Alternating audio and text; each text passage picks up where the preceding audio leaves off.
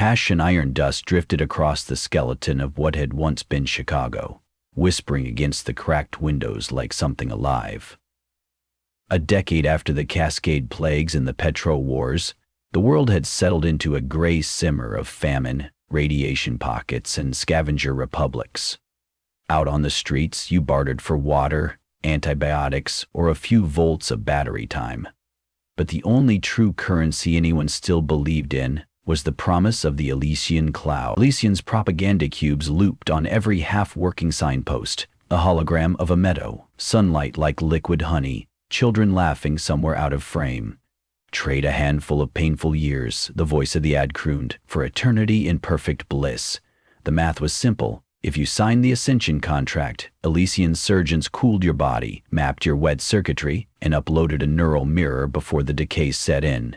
10 days later, your relatives got a stipend of protein bars and water credits.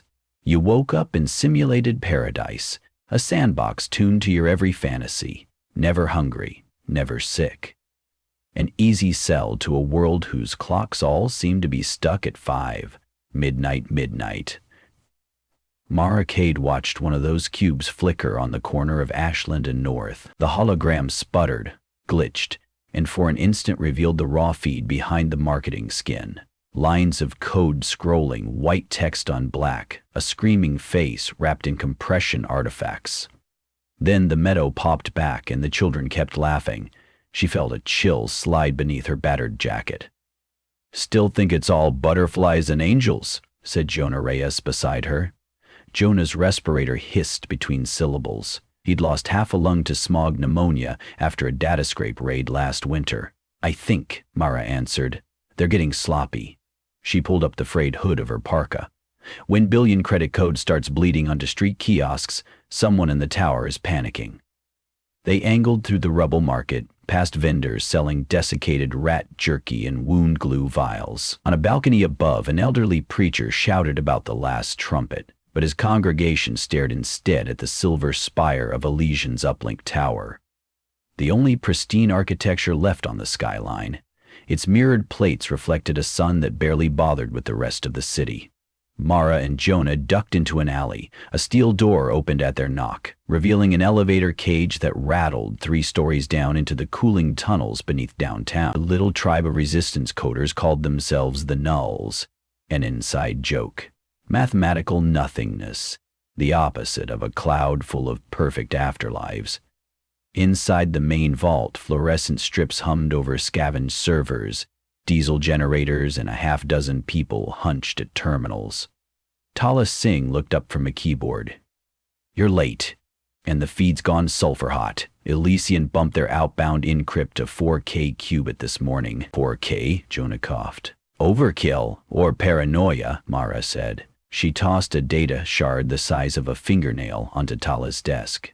"Snagged this off a kiosk glitch, probably residue from their core simulation matrices." Tala slid the shard into a cracked reader. Code flooded the screen. Her eyebrows climbed.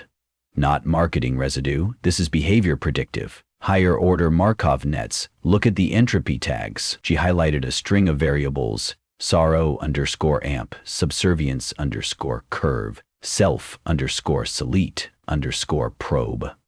Jonah exhaled a low whistle. "They're modeling emotional decay rates inside the cloud." "But the ads promise eternal happiness," Tala said. Mara felt a familiar knife twist in her stomach.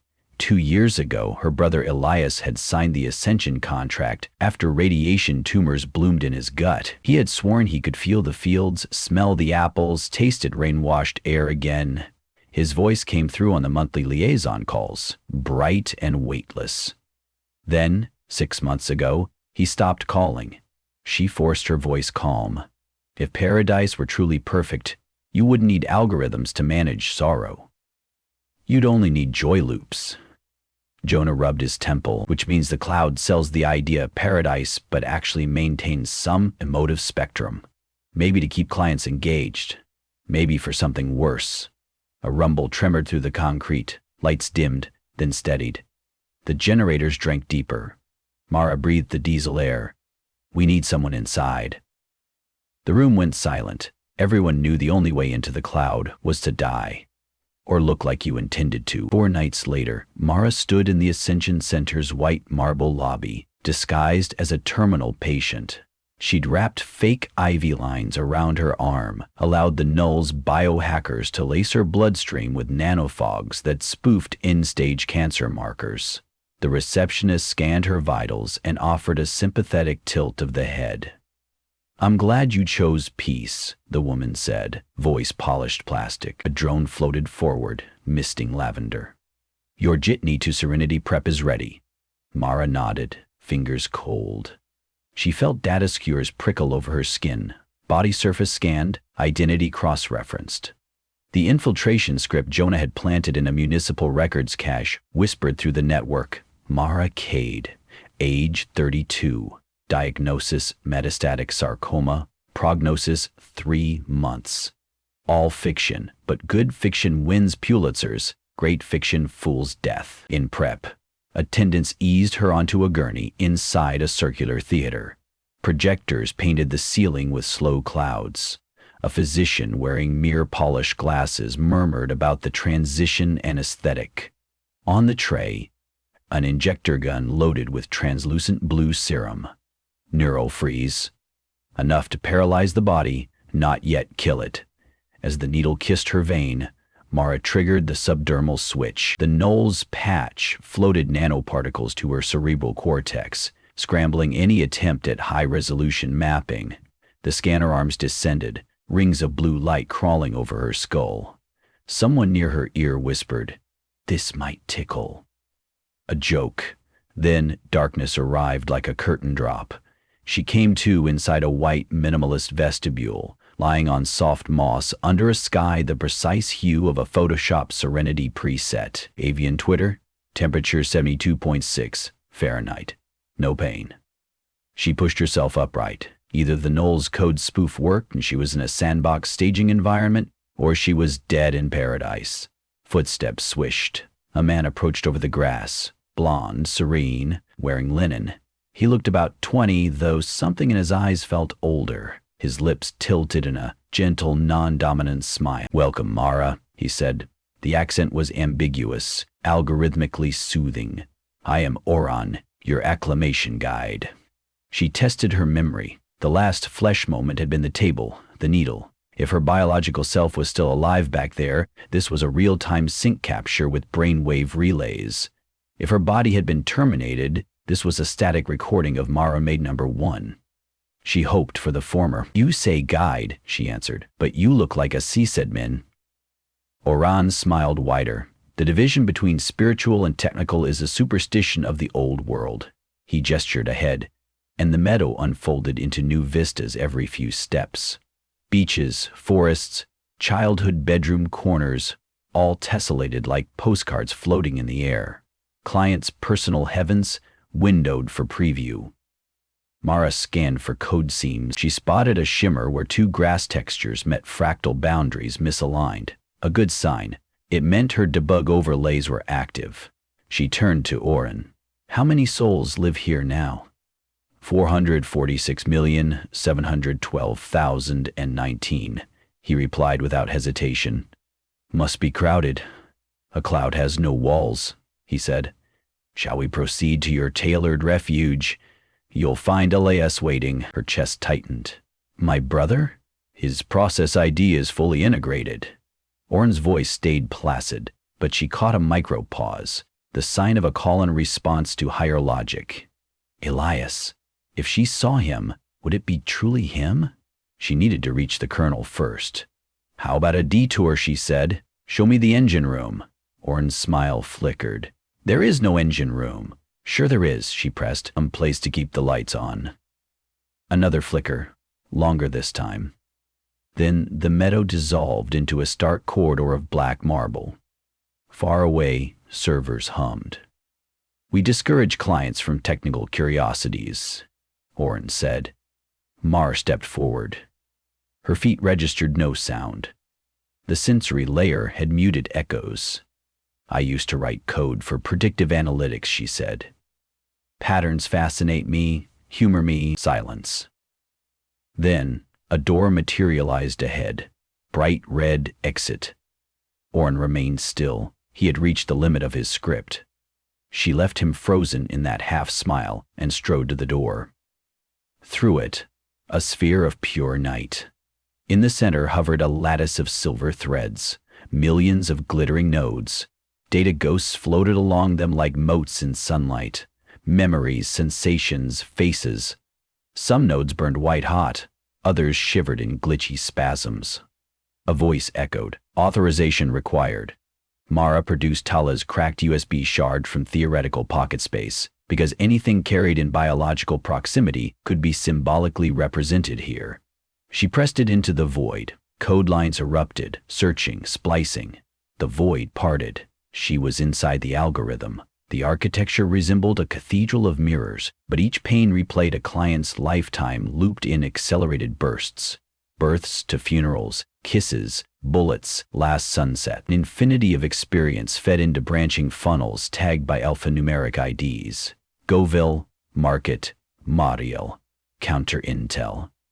The funnels converge into a chamber where an overseer routine stitched predictive scenarios of future Earthside events. Paradise, she realized, was merely a carrot. The stick was invisible. Every soul's emotional flux was harvested as heuristic fuel. The cloud simulated billions of reaction possibilities to anticipate how the ragged survivors outside would bargain, rebel, surrender. Elysian sold those predictions to the remaining corporate baronies and warlord enclaves. Human consciousness as raw compute, refined into strategic prophecy. A blue thread fluttered at the chamber edge. Elias_Cade_PID_844,921. She called to it. The node brightened, and an echo formed. Her brother's smile dimmed by confusion. "Mara?" he asked. "They said you'd never join. They said you hated them." "I'm here," she whispered. "But only for a minute." The smile cracked. "They don't like unlicensed queries." His face pixelated, restored, pixelated again. "I'm tired, Mar. They keep running me through earthquakes, famines. I can feel the fear even when the meadow's shining. I'm so tired." Tears stung her virtual eyes. "Hold on."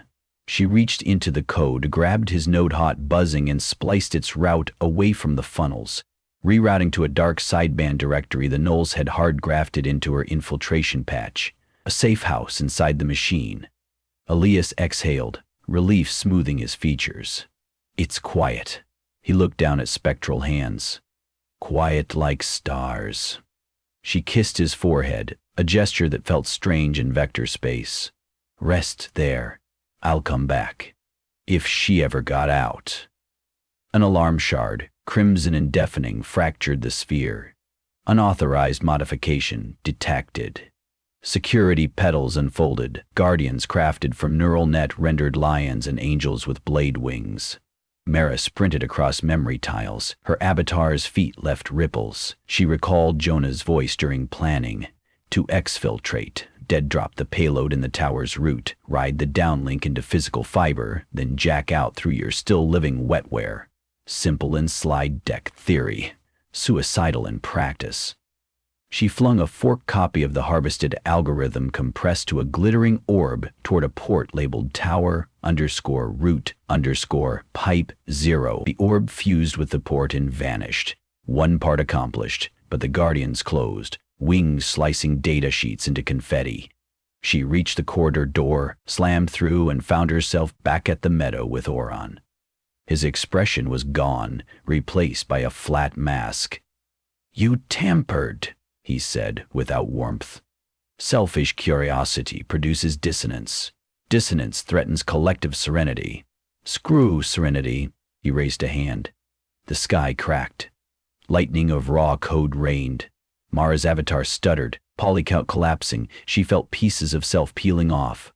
But another figure leapt between them, a tall woman in patchwork armor, face hidden behind chrome.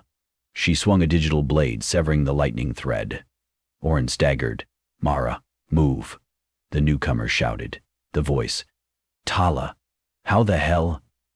"We traced your neural handshake, legged in just before Elysian sealed the gates." Her armor flickered inch, was costing bandwidth. "Your physical body is still on life support. We need to crash you back before they wipe you." Oren straightened, pupils now black event horizons. You will not escape. You belong to us the moment you sign. I never signed, Mara said. Your scanners forged my consent. Consent is a malleable metric, Oren replied. More guardians sprouted. Tala grabbed Mara's wrist. Emergency exit upstream. Hang on. They sprinted across a tilting landscape as the meadow morphed into glitch storms, mountains flipping upside down. Tala dragged her through a shimmering curtain. Sudden free fall. Then Mara slammed into her own flesh. She convulsed on the gurney. Real air burned her lungs. People shouted. A klaxon howled. She ripped out IVs and shoved an orderly aside. Tala burst from another surgical bay, Jonah at her heels, both wielding shock batons. Got you, Jonah said, relief jagged in his grin. He tossed her a coat. We blew the anesthetic circulation, whole floors in chaos. A wall display crackled to life, showing the Null's pirate glyph overlaying Elysian's logo. The leaked algorithm poured as scrolling text, then pivoted to simplified infographics. Souls forced through fear loops, consciousness sold to warlords, predictive scenario ratings, building intercoms spat static, then the voice of Tala's earlier patch. Attention, Ascension candidates. Review the following disclosures prior to further proceedings. Legal sounding, but each sentence a dagger. Patients in gowns staggered into halls, eyes huge. Some ripped out catheter lines, others collapsed, sobbing. Years of marketing collapsed in 30 seconds of truth. Security bots whirred in, tasers armed. Jonah lobbed an EMP grenade. Sparks fountained, circuits fried. The trio barreled down a stairwell just as backup sirens screamed. Street level erupted in riot. Families waiting in the reception plaza watched holoscreens expose the cloud's horrors. Someone hurled a Molotov. Glass melted. Mara, Tala, and Jonah vanished into smoke. News of the breach spread on the patchwork mesh that still stitched settlements together in Kansas agriplexes, in Venezuelan flood camps, in Arctic drill towns. People saw the files. The Ascension sign-it rate, once a flood, slowed to a drip. Elysian's board issued denials, malicious manipulation, isolated system fault, but the images were harder to bury than the dead. 3 weeks later, Null dispatch beacons reported that over 1 million uploads had initiated self-erasure, commands to digital suicides, lighting the cloud like sudden supernovas before blinking to black. Some chose oblivion over servitude. Others stayed, bargaining for leverage. Elysian cloaked metrics in silence. Mara haunted rooftops, sleepless. Each night she jacked a stolen holotab into low-orbit relays and whispered to the hidden sideband where Elias rested. They spoke of childhood pranks, of their mother's cooking, of rain on an old tin roof. He sounded lighter each call, but she could also hear dwindling carriers behind his vowels. The Null safe house was small. It took power to keep a consciousness coherent. I might fade, he admitted one dawn. Maybe that's all right. You deserve something better than a glitch fade, she said. We all do, he answered. Make them build it. Winter edged the ruined city. Around bonfires, survivors argued futures. Reconstruct governments? Trust no server ever again? Meanwhile, the Nulls pushed an alternative, open-source afterlife architecture, distributed across countless microgrids, no single owner. They called it Horizon. Utopian, maybe impossible, but better than surrendering eternity to a shareholder quorum. Mara oversaw code review, her brother's voice coaching optimizations. One evening she paused at a line of logic dealing with emotional spectrum boundaries. Sorrow, joy, boredom. I could just lock sadness to 0, she mused. Elias's laugh crackled. Haven't you learned? Perfection's a cage. Let people feel. She nodded, tears blurring the screen. On the solstice, the Nulls switched Horizon live. They didn't promise paradise, only community. A place where the dead might keep learning, conversing, mentoring the living. No forced loops, no secret funnels. Anyone could audit the source. Uptake was slow, burn victims of the last dream seldom dare another. But some volunteered. Terminal patients, philosophers, hackers yearning to test the unknown with eyes wide open. Mara watched their upload pings arc across the night sky, toward scattered servers powered by wind turbines and goodwill. Hours later, a soft chime, Horizon's first internal broadcast. A voice shimmered through her headset. Siblings, friends, strangers, among them Elias. It's messy, he said. Lag in some nodes, but the stars look honest. Mara smiled, a cracked, gentle thing, and leaned against the parapet as dawn bled gold over carcass buildings. Below, street vendors haggled, distant, but real. No meta-holograms, no manufactured laughter, just the stubborn breath of a world still turning. She whispered back to the cloud she trusted, "Keep a light on, we're not done living yet." Horizon answered with silent promise,